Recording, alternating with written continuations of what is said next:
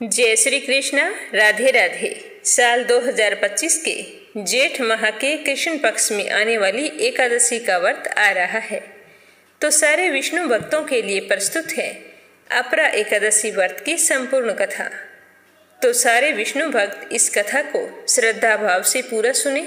कथा को लाइक करते हुए ज्यादा से ज्यादा श्री हरि के भक्तों में शेयर करें, ताकि आपकी समस्त मनोकामनाएं पूर्ण हों। अपरा एकादशी का व्रत करने से सभी तरह के पाप नष्ट हो जाते हैं और व्यक्ति अपने जीवन के समस्त सुखों का भोग करता हुआ अंत में मोक्ष को प्राप्त होता है। लेकिन व्रत रखने वाले को इस बात का ध्यान रखना चाहिए कि दशमी के दिन अगर एकादशी की आदि तिथि पड़े तो उस दिन नहीं बल्कि अगले दिन एकादशी का व्रत रखना चाहिए। दशमी की रात्रि से अन्न का त्याग कर देना चाहिए और फिर सुबह नहा धोकर विष्णु भगवान के समक्ष घी का दीपक जलाकर व्रत का संकल्प लेना चाहिए। उसके बाद एकादशी व्रत के सारे नियमों का पालन करते हुए व्रत रखना चाहिए। अपरा एकादशी व्रत कथा। बोलो लक्ष्मीपति नारायण के अनंत स्वरूपों की जय हो। पौराणिक कथा के अनुसार एक बार पांडवों के सबसे बड़े भाई युधिष्ठिर ने भगवान श्री कृष्ण से कहा कि जेठ माह के कृष्ण पक्ष में आने वाली एकादशी का नाम क्या है और इसका व्रत करने से हमें कौन से फलों की प्राप्ति होती है और इस एकादशी का व्रत किस प्रकार किया जाता है। तो युधिष्ठिर की बात सुनकर भगवान श्री कृष्ण ने कहा कि जेठ माह के कृष्ण पक्ष में आने वाली एकादशी को अपरा एकादशी के नाम से जाना जाता है।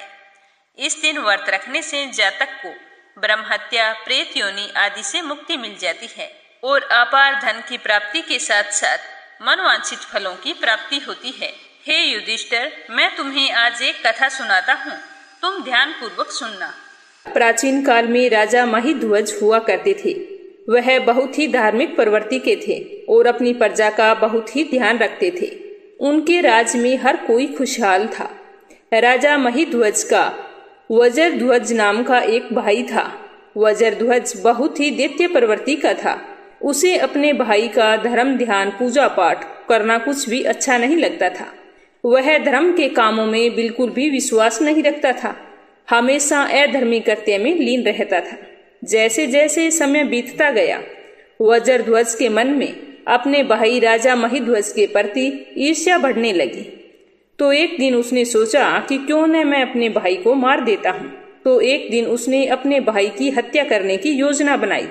एकांत पाकर उसने रात को राजा महिध्वज को बड़ी ही बेरहमी से मार दिया और फिर उसका शव ले जाकर जंगल में एक पेड़ के पीपल के नीचे गाड़ दिया। अकाल मृत्यु होने के कारण राजा महिध्वज की आत्मा को मुक्ति नहीं मिली। उसकी आत्मा उसी पीपल के पेड़ के अंदर रहने लगी। प्रेत आत्मा होने से वह राजा आने जाने वाले राहगीरों को परेशान करने लगा। जो भी उस पीपल के पेड़ के पास से गुजरता उसे महिध्वज की आत्मा डरा देती। इससे राहगीर बहुत ही चिंतित हो गए। तो सारे लोग उस पेड़ के पास जाने से डरने लगे। ऐसा करते करते कई महीनों बीत गए। एक दिन एक महान तपस्वी उस रास्ते से गुजरे। जब ऋषि पीपल के पेड़ के पास पहुंचे तो राजा महिध्वज की आत्मा ने उन्हें भी डराने धमकाने की कोशिश की, लेकिन ऋषि तो वहीं पर ठहर गए। वे आत्मा से डरे नहीं बल्कि पलटकर जवाब दिया। ऋषि को पता चल गया कि यह आत्मा महिध्वज की है। उन्होंने आत्मा से कहा कि हे राजन, आप इतने समझदार और धार्मिक प्रवृत्ति के व्यक्ति होकर भी दैत्यों जैसी तुच्छ हरकतें क्यों कर रहे हो। तब महिध्वज की आत्मा ने जवाब दिया कि हे ऋषिवर, मुझे क्षमा करो। मरणोपरांत मेरी आत्मा इस पेड़ में बंद कर रह गई है। प्रेत आत्मा होने के कारण मैं राहगीरों को परेशान करना मेरी मजबूरी बन गई है। अब मैं इस बंधन से मुक्त होना चाहता हूँ। अगर आप मेरी मुक्ति का कोई उपाय जानते हो तो कृपा करके आप मुझे बताओ। तो ऋषि ने उस आत्मा की सारी बात ध्यान पूर्वक सुनी। इसके बाद में कहा कि मैं तुम्हें सीधे मुक्ति तो नहीं दिला सकता, लेकिन उसके लिए ईश्वर की आराधना जरूर कर सकता हूँ। ऋषि ने राजा महिध्वज की आत्मा को मुक्ति दिलाने के लिए अपरा एकादशी का व्रत रखा और भगवान विष्णु की पूजा अर्चना की और फिर व्रत का पुण्य फल महिध्वज राजा को दे दिया। तो इस व्रत के फलस्वरूप राजा महिध्वज की आत्मा पीपल के पेड़ से मुक्त हो गई और स्वर्ग लोक को चली गई। तो इस तरह दयालु ऋषि ने राजा की प्रेत योनि से मुक्ति के लिए स्वयं ही अपरा एकादशी का व्रत किया, उसे अगति से छुटकारा दिलाया। इसके पुण्य के प्रभाव से राजा को प्रेत योनि से मुक्ति मिली। तो उसने ऋषि का बहुत ही धन्यवाद दिया और दिव्य देह धारण करके पुष्प विमान में बैठकर वैकुंठ को चला गया। इसके बाद श्री कृष्ण भगवान कहते हैं कि हे राजन, यह अपरा एकादशी की कथा मैंने लोकहित के लिए कही है। इसे पढ़ने अथवा सुनने वाला और व्रत करने वाला मनुष्य सभी पापों से मुक्त हो। अगली कहानी ग्यारस माता की। ग्यारस माता की जय हो। एक समय की बात है, एक बूढ़ी अम्मा रहती थी। उसके घर में उसके बेटे, बहू, पोते और पोतियां, किसी चीज की कोई कमी नहीं थी। फिर भी वो एक बार एकादशी का व्रत रखने के लिए जिद करने लगी। घर वालों ने उसे खूब समझाया कि अम्मा, अब आपकी उम्र हो चली है, आप एकादशी जैसा कठिन व्रत मत कीजिए। अब आपको क्या जरूरत है व्रत करने की। तो वो बूढ़ी माई बोली, नहीं, मैं तो एकादशी का व्रत जरूर करूंगी। मैं अपने बेटे, बहुओं, पुत्र पोत्रों आदि की सुख सुविधा के लिए व्रत रखना चाहती हूँ। मैं चाहती हूँ कि मेरे बच्चों को किसी भी तरह की कोई तकलीफ ना हो, हमारा घर धन धान्य से परिपूर्ण हो। तो इस तरह कहकर वह बूढ़ी अम्मा एकादशी का दिन आया तो व्रत रख लिया। सुबह सवेरे जल्दी उठकर स्नान किया और उसके बाद में घर के मंदिर में श्री हरि विष्णु के समक्ष घी का दीपक जलाकर एक जल से भरा हुआ कलश रखकर श्री हरि विष्णु के चरणों का ध्यान करते हुए उसने अच्छी तरह से व्रत कथा सुनी और ओम नमो भगवते वासुदेवाय मंत्र का जाप भी किया। उसके बाद में अपने बच्चों के मंगल जीवन की कामना करते हुए सूर्य भगवान को अर्घ्य दिया। फिर पूरा दिन पूजा पाठ करती रही। पंडित जी के घर पर मिट्टी के पात्र को जल से भरकर और ऋतु फल दान में दिया। उन दिनों बहुत ही ज्यादा गर्मी थी। गर्मी के कारण बूढ़ी अम्मा को बहुत ही बेचैनी हो रही थी। तो बूढ़ी अम्मा सोच रही थी कि क्या पता मैं इस व्रत को रख भी पाऊंगी या नहीं, लेकिन आज का ये व्रत तो मैं बीच में नहीं छोड़ने वाली। तो इस तरह बूढ़ी अम्मा भूख प्यास से परेशान बार बार पानी से कुल्ला करती, मुंह धोती तो थोड़ी देर के लिए राहत महसूस होती, फिर वही हालत हो जाती। तो बूढ़ी अम्मा कुछ देर तक तो तालाब में पानी में ही बैठी रही, लेकिन बाहर निकलते फिर उसका बार बार मुंह सूखने लगा। बूढ़ी अम्मा बहुत ही परेशान हो रही थी। एक तरफ तो उसका बुढ़ापा और दूसरी तरफ वो भयंकर गर्मी। जैसे तैसे करके बूढ़ी अम्मा ने दिन तो काट लिया, पर अब सामने पहाड़ जैसी रात थी। उसका कटना बड़ा ही कठिन दिखाई दे रहा था। खटिया पर पड़ी बूढ़ी माई बार बार करवट बदल रही थी। कभी खड़ी होती, बाहर जाती, कभी अंदर आ जाती, पर कहीं भी उसे शांति महसूस नहीं हो रही थी। वो वापस खटिया पर आकर बैठ गई और एकादशी माता का स्मरण करती रही। कहने लगी कि हे माता जी, आज तो आप ही मेरी लाज रखिए। आप मुझे शक्ति दीजिए जिससे मैं भली भांति आपका व्रत पूर्ण कर सकूं और ये पहाड़ सी रात शांति पूर्वक व्यतीत कर सकूं। प्यास के कारण बूढ़ी माँ की बेचैनी बहुत ही बढ़ रही थी। उसने बहुत ही धैर्य रखने की कोशिश की, चुपचाप बैठी रही, पर फिर भी प्यास बूढ़ी माई से सहन नहीं हुई। उसकी सहनशीलता की सीमा टूट गई और वे घबराकर एकदम से चिल्ला पड़ी और जोर जोर से कहने लगी कि बचाओ बचाओ बचाओ। तो अम्मा का चिल्लाना सुनकर उसके परिवार के सारे सदस्य वहां पर एकत्रित हो गए। अड़ोसी पड़ोसी भी वहां पर आ गए और बूढ़ी अम्मा की खटिया के चारों ओर खड़े होकर कहने लगे कि अम्मा जी, आपको क्या हो गया? आप इस तरह से क्यों चिल्ला रही हैं? तो बूढ़ी अम्मा की बहू ने कहा कि आपको पता है, हमारी अम्मा जी ने आज एकादशी का व्रत रखा है। हम सब ने मना किया था। इतनी उम्र के अंदर व्रत रखने की क्या जरूरत है? आज इन्हें कौन सी कमी है जो इन्हें व्रत रखने की नौबत आ गई? तो सारे लोग कहने लगे कि हाँ, सही बात है अम्मा जी, आपकी अब उम्र हो चली है। व्रत रखने के लिए शक्ति की जरूरत होती है। अगर शक्ति हो तो ही भक्ति होती है। अब एकादशी जैसा कठिन व्रत आपके बस की बात नहीं है। हम जैसे हट्टे कट्टे भी एकादशी का व्रत रखने में हिचकिचाते हैं और आपने बिना सोचे समझे एकादशी का व्रत रख लिया। तो बूढ़ी अम्मा कहने लगी कि भोजन तो मैं नहीं करूंगी और ना ही मैं पानी पीऊंगी। आज तो लगता है कि मेरे प्राण निकल जाएंगे। आप ऐसा करो कि एक छोटी सी मटकी पानी से भरकर मेरी छाती पर रख। तो यह सुनते ही उस बुढ़िया का पोता भागकर एक छोटे से घड़े में पानी लेकर आया और अपनी दादी की छाती पर धीरे से रख दिया। पात्र को छाती पर रखते ही थोड़ा सा आराम मिला। आराम मिलने के कारण बूढ़ी अम्मा को नींद आ गई। तो सारे कहने लगे कि चलो अब अपने भी आराम करते हैं। आधी रात बीत चुकी है, आधी रात और है। अब अम्मा को नींद आ गई है, जागने तक सवेरा हो जाएगा। तो इस तरह सब अपने अपने घर चले गए। बेटे बहू पोते पोती सब सो गए। तो एकादशी माता सोचने लगी कि ये बूढ़ी अम्मा बहुत कठोर है। दिन भर मैंने इसे कितना परेशान किया, फिर भी पानी पीने का नाम भी नहीं लिया। अब मुझे खुद जाकर इसकी परीक्षा लेनी होगी। यह सोच एकादशी माता मुर्गे का रूप लेकर रात को ही बांग लगाने लगी। तो मुर्गे की आवाज सुनकर दादी माँ की आंख खुल गई और उसने सोचा अभी लगता है भोर हो गई। तो वो जल्दी से खड़ी हुई और बाहर आई। बाहर आकर आसमान की ओर देखा तो आसमान में कहीं भी उन्हें प्रातःकालीन तारा दिखाई नहीं दिया। तो वो सोचने लगी कि ये मुर्गा क्यों और कैसे बोल रहा है। अभी तक तो जो तारिया उगता है, जिसे देखकर मैं अनुमान लगाती हूँ कि सवेरा हो गया, वो भी नहीं निकला है। फिर ये मुर्गा कैसे बोल रहा है।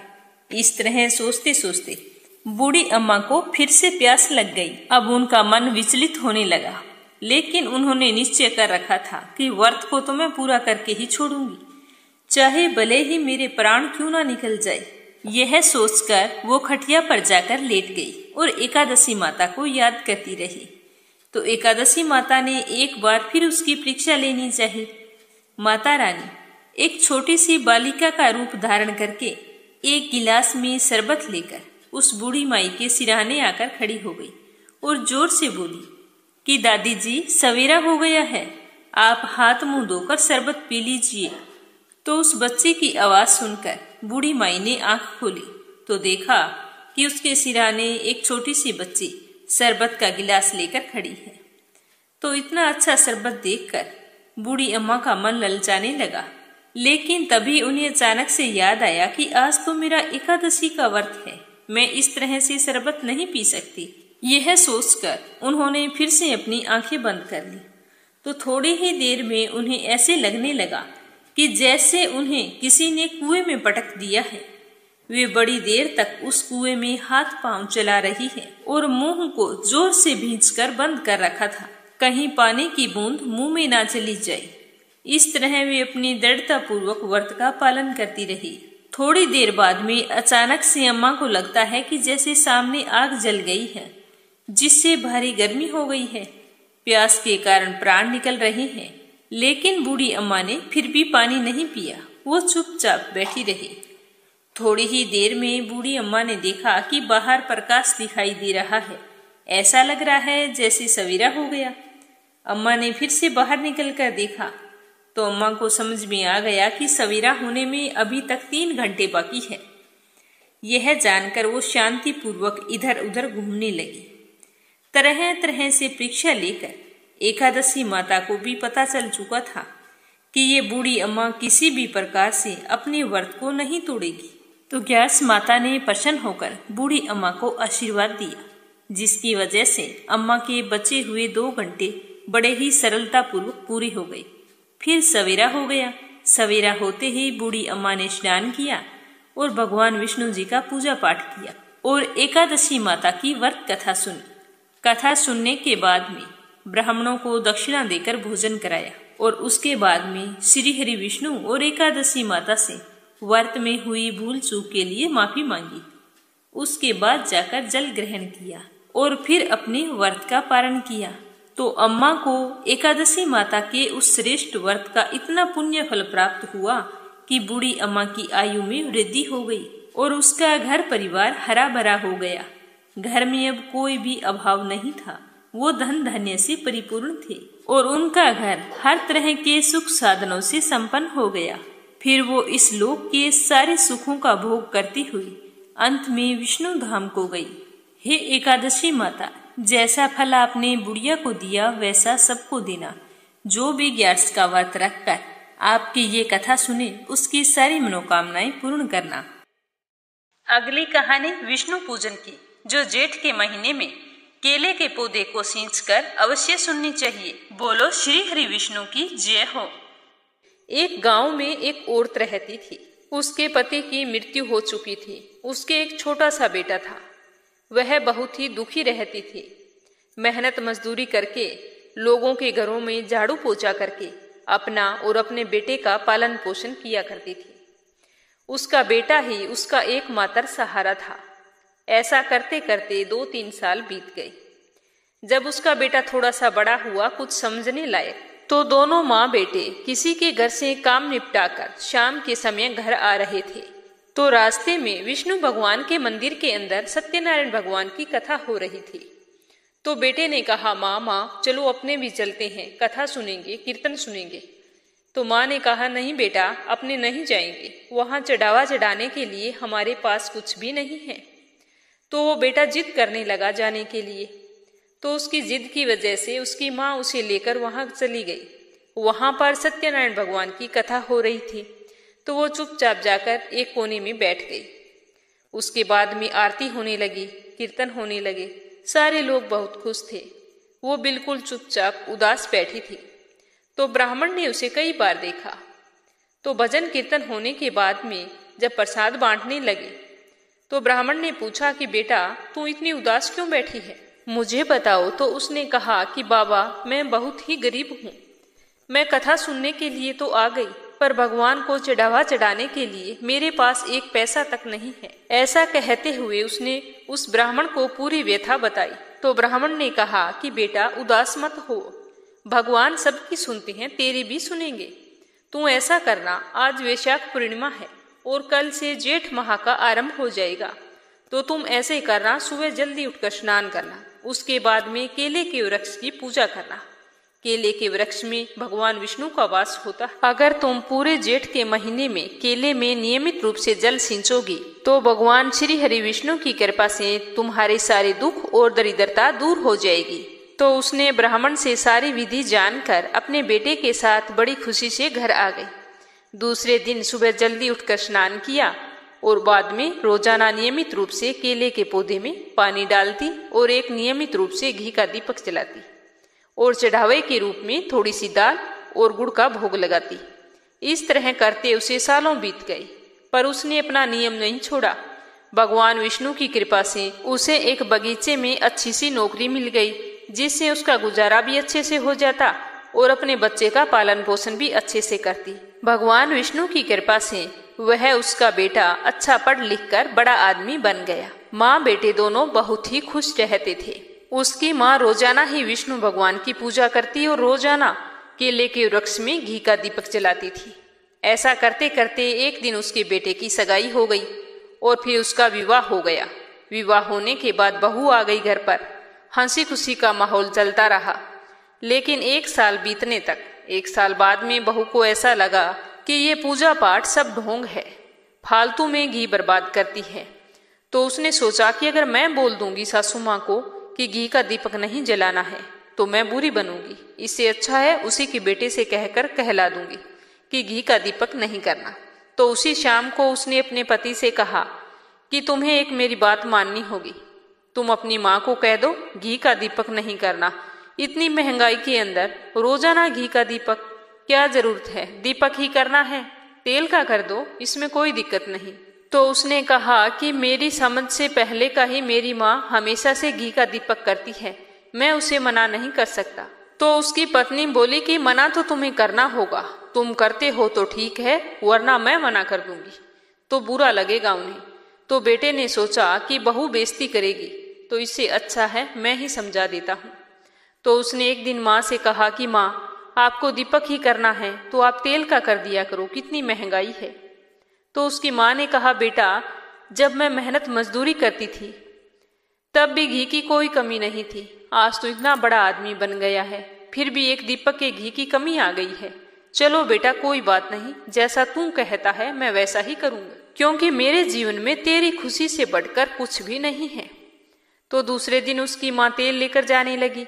तो 3 दिन बीते थे कि बहू को तो वो भी अच्छा नहीं लगा तो उसने तेल और घी के डिब्बे उठाकर अलमारी में रख दिए और आगे ताला लगा दिया। तो दूसरे दिन सास ने पूछा कि बेटा तेल कहाँ है, मुझे दीपक करके आना है, आकर भोजन भी करना है। तो बहू बोली कि ये सब फालतू के ढोंग होते हैं माँ जी, ऐसा आपको कुछ नहीं करना, चुपचाप से भोजन कर लो। तो उसने कहा बेटा ठीक है, भोजन मेरे कमरे में भिजवा देना, मैं कर लूंगी। तो वो रोजाना रूखी सूखी रोटी कमरे में दे आती, तो वो तो उस रोटियों को खाती नहीं थी। जब रात को बेटे बहू सो जाते तो उन रोटियों को उठाकर बाहर गाय को दे आती। ऐसा करते करते 2-3 दिन बीत गए। एक दिन जब बेटा बहू सो गए तो बुढ़िया ने अपना भोजन उठाया और जैसे ही बाहर जाने लगी गाय को खिलाने के लिए, तो बेटे बहू की आवाजें सुनाई दे रही थी। बहू कह रही थी कि आप कहते थे ना कि मेरे माँ का नियम है, वो बिना विष्णु भगवान को घी का दीपक किए भोजन नहीं करती है। अब देखो आज 3-4 दिन हो गए हैं, रोजाना अच्छे से भोजन करती है। ये सब फालतू के ढोंग है, मैं तुम्हारी माँ को अच्छी तरह से जानती हूँ। तो उसके बेटे ने कहा कि मेरी माँ के बारे में ऐसा वैसा कुछ मत कहो, मेरी माँ का नियम था, तूने तुड़वा दिया, अच्छी बात है, मैं इस बात में कोई भी बात नहीं करना चाहता। तो यह बात जब बुढ़िया ने सुनी तो उसने चुपचाप गाय को वो रोटी डाली और वापिस आकर सो गई और रोने लगी। रोते रोते उसे नींद आ गई। तो नींद में उसे भगवान विष्णु दिखाई दिए और बोले कि बुढ़िया सो रही है या जाग रही है। उसने कहा महाराज ना सोई हूं ना जाग रही हूं, कहो क्या आज्ञा है। तो वो बोले कि 3-4 दिन हो गए हैं, तुम मेरी पूजा करने के लिए नहीं आती हो। तो बुढ़िया ने कहा कि कैसे आऊं भगवान, मेरे पास दीपक जलाने के लिए घी तेल कुछ भी नहीं है। तो विष्णु भगवान ने कहा निराश होने की जरूरत नहीं है, तुम केले के पेड़ के नीचे कल आ जाना, तुम्हें सब कुछ मिल जाएगा। तो ऐसा कहकर भगवान अंतर्ध्यान हो गई। बुढ़िया की जैसे ही आंख खुली तो इधर उधर देखा, कोई दिखाई नहीं दिया। सुबह उठकर बुढ़िया ने वैसे ही किया जैसा उसको सपवन आया था। जल्दी से स्नान किया और केले के पेड़ के पास जाकर बैठ गई। तो वहां जाकर देखा कि वहां पर तो पहले से एक दीपक पड़ा है, उसके अंदर घी है और बाती है बिना जलाई हुई। तो बुढ़िया इधर उधर देखने लगी कि क्या पता किसी और का हो। तो भी उसी पेड़ के अंदर से आवाज आई कि ये बुढ़िया माई तुम्हारे लिए है, तुम दीपक जलाओ, भोग लगाओ और कथा कहो, फिर घर जाकर भोजन कर लेना। तो यह देखकर बुढ़िया बहुत ही खुश हुई और बड़े ही प्रसन्नचित मन से केले के वृक्ष की पूजा की और फिर कथा कही और फिर घर आ गई। घर आकर बड़ी खुशी से भोजन कर लिया। अब बुढ़िया के तो रोजाना का नियम बन गया, रोजाना सुबह उठ के स्नान करती और सीधी केले के पौधे के पास चली जाती। वहां पर सब कुछ उसे तैयार मिलता, कथा कहती, पूजा करती, दीपक जलाती और घर आ जाती। एक दिन की बात है कि उसके बहू के भाई और भाभी आए हुए थे। तो बहू ने सोचा कि आज हलवा बनाऊंगी। तो उसने घी निकालने के लिए जैसे ही अलमारी का ताला खोला तो उसके अंदर घी के डब्बे को खोलकर देखा तो डिब्बा तो आधा था। तो उसने जल्दी से अपने पति को बुलाया और बोला कि ये देखो तुम्हारी माँ ने घी चुरा लिया है। तो उसका बेटा बोला कि ऐसा मत बोलो, मेरी माँ चोरी नहीं करती है, तुमने ताला लगाया था, फिर मेरी माँ ने घी कैसे चुराया?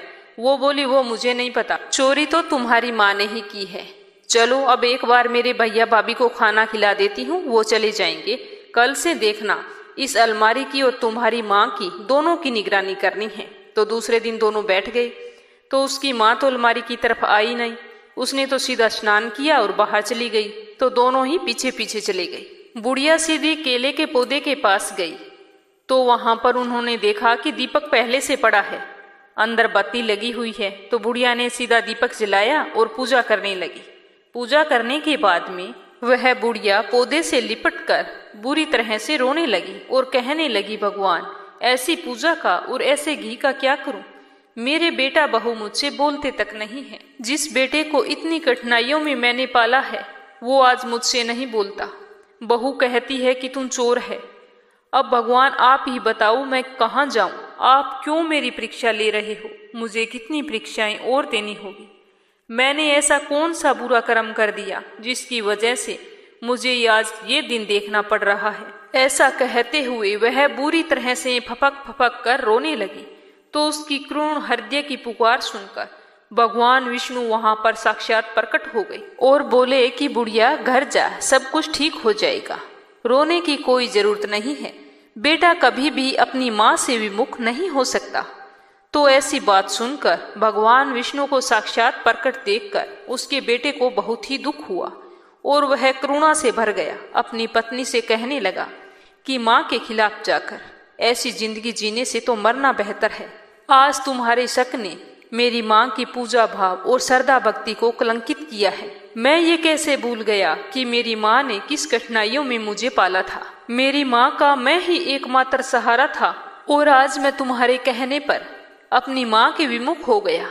मुझसे बहुत बड़ी गलती हो गई। अब इस पाप का प्रायश्चित कैसे होगा? ऐसा कहकर वह बुरी तरह से रोने लगा। तो उसकी पत्नी बोली कि पाप आपने नहीं किया है, पाप तो मैंने किया है। आज मेरी आंखें खुल गई है, मैं माँ जी से माफी मांगूंगी। ऐसा कहते हुए वह अपनी सासू माँ की ओर दौड़ी और उसके चरणों में जा गिरी और कहने लगी कि माँ जी मुझे माफ कर दो। मैंने आपकी पूजा पाठ को ढोंग बताया और घी चोरी करने का इल्जाम आप पर लगाया, तो आप मुझे सजा दो। जो भी सजा दोगे वो मुझे मंजूर होगी, पर मुझे माफ कर दो। तो बुढ़िया ने उसे उठाते हुए गले से लगाया और कहा कि बेटा, कि माँ अपने बच्चों से कभी भी नाराज नहीं होती है, चलो घर चलते हैं। ऐसा कहकर वह बुढ़िया अपने बेटे और बहू के साथ घर आ गई। तो उसकी बहू ने कहा कि माँ जी, कल से मैं भी आपके साथ केले के वृक्ष की पूजा के लिए चलूंगी। अब दोनों सास बहू रोजाना केले के पौधे की पूजा करती और घी का दीपक जला के आती। एक दिन बुढ़िया ने कहा कि बेटा, आज पूर्णिमासी है, मैं कुछ पंडितों को भोजन करवाना चाहती हूँ। तो उसकी बहू ने कहा हाँ माँ जी, खुशी से करवाइए। तो बहू ने 36 प्रकार के भोजन तैयार किए और ब्राह्मणों को भोजन करवाया।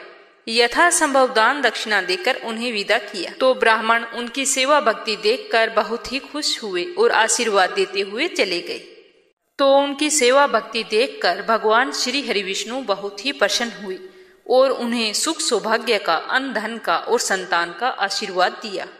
9 महीने बाद उसकी बहू ने बहुत ही सुंदर पुत्र को जन्म दिया और अन्न धन की कोई कमी नहीं रही। इस तरह विष्णु भगवान की पूजा करने से बुढ़िया को अनंत सुखों की प्राप्ति हुई। वह अपने जीवन के समस्त सुखों को भोगती हुई अंत में वैकुंठ लोक को गई। इसीलिए कहा गया है कि विष्णु भगवान की पूजा सच्चे मन से की गई हो तो वह कभी भी निष्फल नहीं होती। हे विष्णु जी, जैसा बुढ़िया माई को दिया वैसा सबको देना। कहानी कहने वाले को, कहानी सुनने वाले को और हुंकारा भरने वाले को। अब अगली कहानी सुनेंगे भगवान श्री कृष्ण की। भगवान श्री कृष्ण के परम भक्त मोर की कहानी। वह प्यारा सा मोर भगवान श्री कृष्ण का परम भक्त था। उस मोर को भगवान की भक्ति में ही लीन रहना बहुत ही अच्छा लगता था। एक दिन वह मोर उड़ता हुआ गोकुल पहुंच गया और जाकर श्री कृष्ण के घर के बाहर खड़ा हो गया। वह मोर श्री कृष्ण जी की एक झलक पाना चाहता था। वह श्री कृष्ण जी का आशीर्वाद भी पाना चाहता था। प्रत्येक दिन कृष्ण कन्हैया के घर के आगे जाता और एक ही भजन गाता, मेरा कोई न सहारा बिना तेरे, गोपाल सांवरिया मेरे, माँ बाप सांवरिया मेरे। अब तो हर दिन उसकी यह आदत बन गई थी, उसको कान्हा के घर के आगे जाकर बैठना। भगवान कृष्ण सारा दिन घर से बाहर आना जाना करते, लेकिन पता नहीं क्या हो जाता था कि वो मोर को नहीं देख पाते। मोर हर दिन भजन गाता, लेकिन श्री कृष्ण मानो जैसे उसके भजन को अनदेखा कर देते थे। अब तो वह मोर बहुत ही दुखी रहने लगा था। हमेशा वह यही सोचता रहता कि प्रभु मुझको अनदेखा क्यों कर रहे हैं। मैंने ऐसी कौन सी गलती कर दी है जिसके कारण भगवान मुझसे नाराज हैं। ऐसा करते करते पूरा 1 साल बीत गया, लेकिन अब भी श्री कृष्ण ने मोर के भजन पर कोई प्रतिक्रिया व्यक्त नहीं की थी। आखिर एक दिन मोर थक हार कर जोर जोर से रोने लगा। उसकी सिसकती हुई आवाज को किसी ने नहीं सुना। तभी वहां से एक मैना गुजर रही थी, तो उसने देखा कि मोर तो जोरों से रो रहा था। तो वह मोर के पास गई और पूछा कि क्या हुआ भाई, तुम रो क्यों रहे हो? तो मोर ने कहा कि मैं क्या बताऊं बहन, मैं तो बहुत ही दुखी हो गया हूँ। आज मुझे पूरा 1 साल हो गया है यहाँ आते हुए, लेकिन कृष्ण कन्हैया ने एक बार भी पलटकर मेरी तरफ नहीं देखा। पता नहीं मैंने ऐसी कौन सी गलती कर दी। तो मैना बोली, भाई तुमने कोई गलती नहीं की। मुझे पता है कि तुम दुखी हो। मुझे लगता है कि तुम्हारे दुख को राधा रानी ही दूर कर सकती है। तो चलो मैं तुम्हें राधा रानी के घर बरसाना ले चलती हूँ। फिर वह मोर और मैना बरसाना की ओर निकल पड़े। बरसाना पहुंचकर मोर और मैना राधा रानी के घर पहुंचे। मोर ने बरसाना में आकर भी कृष्ण जी के लिए भजन गाया, जबकि मैना ने राधा जी के लिए श्री राधे राधे राधे राधे बरसाने वाली राधे राधे यह भजन गाया। जैसे ही राधा जी ने कृष्ण जी का भजन सुना तो वह भागी हुई बाहर चली आई और राधा जी ने मोर को अपने हाथों में उठा लिया। राधा जी मोर को सहलाते हुए प्यार करने लगी। फिर राधा रानी ने पूछा कि मोर, तुमने बहुत प्यारा भजन गाया है, तुम कहाँ रहते हो? मेरे घर के आगे आकर गाने का क्या मतलब है, मुझे बताओ। तो मोर बोला कि राधा रानी, मैं कृष्ण जी का भक्त हूँ। 1 साल से मैं कान्हा के भजन गा रहा हूँ, लेकिन उन्होंने मुझे एक बार भी नहीं देखा। यहाँ तक कि जब भी मुझे प्यास लगी तब उन्होंने मुझे पानी भी नहीं पिलाया। ऐसा कहते हुए मोर फिर से जोरों से रोने लगा। तो राधा रानी ने कहा कि प्यारे मोर, तुम रो मत। अगर तुम्हें श्री कृष्ण का आशीर्वाद चाहिए तो तुम ऐसा करो कि तुम श्री कृष्ण के भजन की जगह राधा रानी का भजन गाकर देखो। हो सकता है कि सुनकर श्री कृष्ण जी खुद ही चलकर तुम्हारे पास आ जाएं। मोर और मैना ने राधा रानी की बात को एकदम सही माना और फिर से दोबारा गोकुल की ओर उड़ चले। तो गोकुल पहुंचते ही मोर ने फिर से श्री कृष्ण जी के घर की ओर रुख किया, लेकिन इस बार कृष्ण जी का भजन गाने की जगह मोर ने राधा रानी का भजन गाया, श्री राधे राधे बरसाने वाली राधे राधे। जैसे ही राधा रानी के नाम का भजन श्री कृष्ण के कानों में पड़ा तो श्री कृष्ण भगवान बाहर की ओर दौड़े चले आए और बाहर आते ही उन्होंने मोर को अपने हाथ में उठाया और प्यार से पूछा, प्यारे मोर, तुम कहाँ से आए हो? क्या तुम बरसाना गांव से आए हो जो राधा रानी का इतना प्यारा भजन गा रहे हो? तो मोर ने कहा कि हे भगवान, मैं तो गोकुल गांव से ही हूँ। पिछले 1 साल से आपके यहाँ आ रहा हूँ और मैं पिछले 1 साल से आपके यहाँ आपके नाम का भजन भी गा रहा हूँ, लेकिन आपने मेरी तरफ एक बार देखा तक नहीं। ये तो छोड़ो, आपने मुझे कभी पानी भी नहीं पिलाया। तो श्री कृष्ण भगवान ने कहा कि प्रिय मोर, तुम्हारी बात एकदम सही है। मैंने तुम्हें पानी तक का भी नहीं पूछा और इसके लिए मैं पाप का भागीदार हूँ, लेकिन तुम पुण्य आत्मा हो। तुमने सबसे बड़ा पुण्य का काम यह किया है कि तुमने राधा रानी का नाम लिया है। इसी पुण्य काम के लिए आज से हमेशा के लिए तुम मेरे दिल में बस गए हो। आज से तुम्हारा स्थान मेरे सिर पर होगा। यह कहकर कृष्ण कन्हैया ने मोर का गिरा हुआ एक पंख उठाया और उसे अपने मुकुट पर सजा लिया। बस उसी दिन से लेकर आज तक कृष्ण कन्हैया के माथे पर सदैव मोर पंख विराजमान रहता है और सभी मोर पंख को बहुत ही पवित्र मानते हैं। अब सुनते हैं राधा रानी की एक अंतिम कहानी। इस कहानी के बिना तो सारी पूजा पाठ अधूरी रहती है। एक समय की बात है जब राधा जी को यह पता चला कि कृष्ण जी पूरे गोकुल में माखन चोर कहलाते हैं, तो यह बात उन्हें बहुत ही बुरी लगी। तो उन्होंने कृष्ण कन्हैया से कहा कि चोरी करना छोड़ दे। पर कृष्ण जी तो अपनी माँ की नहीं सुनते थे, तो अपनी प्रियतमा की कहाँ से सुनेंगे। उन्होंने माखन चोरी की लीला को जारी रखा। तो एक दिन राधा कृष्ण जी को सबक सिखाने के लिए उनसे रूठ गई। अनेकों दिन बीत गए पर वो कृष्ण जी से मिलने के लिए नहीं आई। जब भी कृष्ण कन्हैया उन्हें मनाने के लिए गए तो उन्होंने बात करने से इनकार कर दिया। तो अपनी राधा को मनाने के लिए इस लीलाधर को एक लीला सूझी। ब्रिज में लीला गोदने वाली स्त्री को लाली हरण कहा जाता है। तो बस कृष्ण जी ने घूंघट ओढ़कर एक लाली हरण का वेश बनाकर बरसाने की गलियों में पुकार करते हुए घूमने लगे, जोर जोर से बोलने लगे। जब वो बरसाने राधा रानी की ऊंची अटरिया के नीचे आई तो आवाज देने लगे। कुछ इस तरह से कहने लगे कि मैं दूर गांव से आई हूँ, देख तुम्हारी ऊंची अटारी, दीदार की मैं प्यासी, दर्शन दो वर्ष भानु दुलारी। हाथ जोड़ विनती करूं, अर्ज मान लो हमारी, आपकी गलिन गुहार करूं, लीला गुदवा लो प्यारी। जब राधा रानी ने यह आवाज सुनी तो तुरंत विशाखा सखी को भेजा और उस ललिहारण को बुलाने के लिए कहा। तो राधा रानी के कहे अनुसार विशाखा ललिहारण को बुला लाई।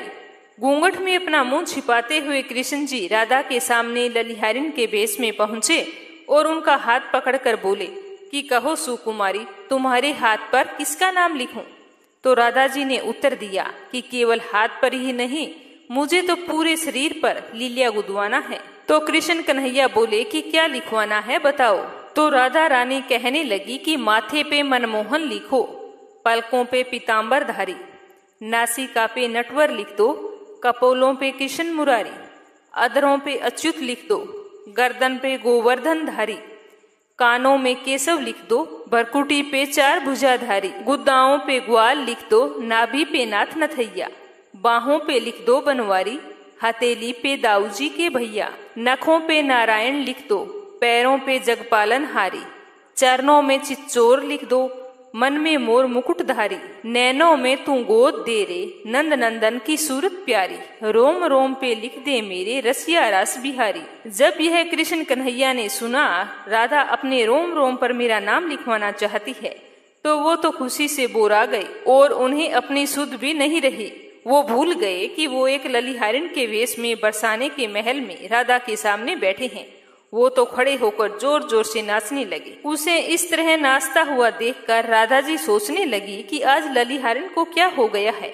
और तभी अचानक से उसका घूंघट गिर गया और ललिता सखी को उनकी सांवरी सूरत का दर्शन हो गया और वो जोर से बोली कि अरे ये तो कृष्ण हैं। तो राधा रानी ने जैसे ही कृष्ण कन्हैया को देखा तो अपने प्रेम के इजहार पर राधा जी बहुत ही लज्जित हो गई और अब उनके पास कन्हैया को क्षमा करने के अलावा कोई भी रास्ता नहीं था। और कृष्ण जी भी राधा का अपने प्रति अपार प्रेम जानकर गदगद और भाव विभोर हो गए। बोलो राधा रानी की जय हो, बोलो कृष्ण कन्हैया की जय हो। एकादशी व्रत पर सुनी जाने वाली पौराणिक कथा सुनकर सभी श्रोताओं को कैसा लगा कमेंट करके जरूर बताना और आपकी अपनी प्रिय मीरा भक्ति चैनल को सब्सक्राइब करके इस कथा को ज्यादा से ज्यादा शेयर करना।